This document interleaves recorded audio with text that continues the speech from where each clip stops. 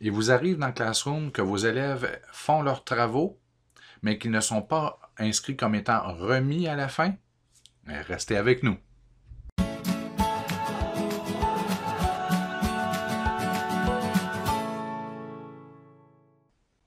Vous allez voir, le problème n'est pas si complexe à rectifier.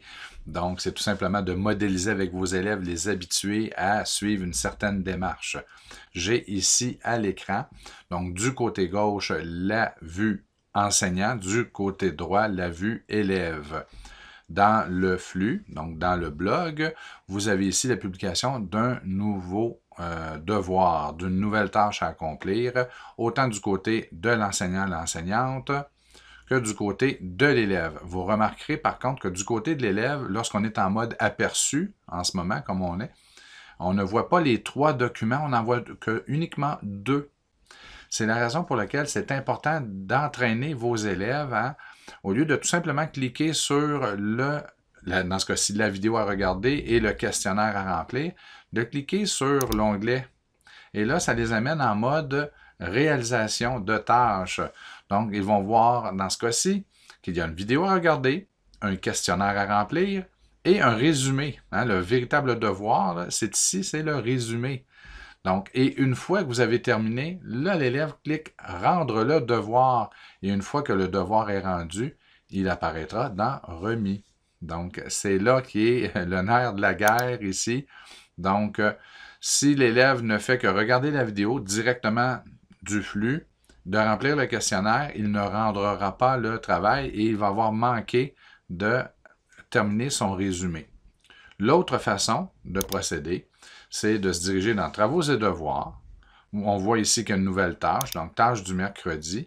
Et là, encore là, vous pouvez voir, on est en mode aperçu, donc avoir un aperçu. Il faut habituer vos élèves à toujours cliquer sur « Afficher le devoir ». Et là, on revient à cette fameuse page qui est vraiment celle qu'on doit utiliser, où vous avez tous les documents et les boutons pour y même ajouter une photographie ou encore un fichier que l'élève aurait créé. Si on va en mode plein écran, vous pouvez voir, c'est à ça que ça ressemble. Donc, vous avez les 2 fichiers, le devoir en tant que tel. Si on veut ajouter quelque chose, on peut. Et une fois qu'on a terminé, on rend le devoir. Je reviens maintenant ici en mode séparé. Donc, je vais faire mon résumé en tant qu'élève. Bon, je vais écrire mon nom. Et c'est là que ça va s'arrêter, en gros. Je pourrais cliquer sur « Remettre » directement. D'accord? Ou tout simplement fermer l'onglet. Donc, vous avez le bouton « Remettre ». Mais si je ferme l'onglet, c'est enregistré. C'est ici.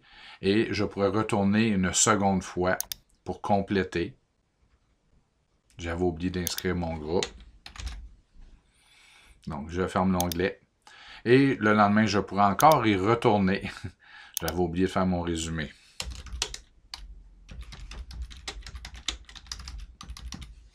Et voilà. Et là, je pourrais cliquer « Remettre ». Mais étant donné que je n'ai pas fait mon questionnaire, je ne le ferai pas. Et je vais venir remplir mon questionnaire. Voici, question 1, option 1. J'envoie mon questionnaire. Et une fois qu'on a envoyé le questionnaire, on ferme l'onglet.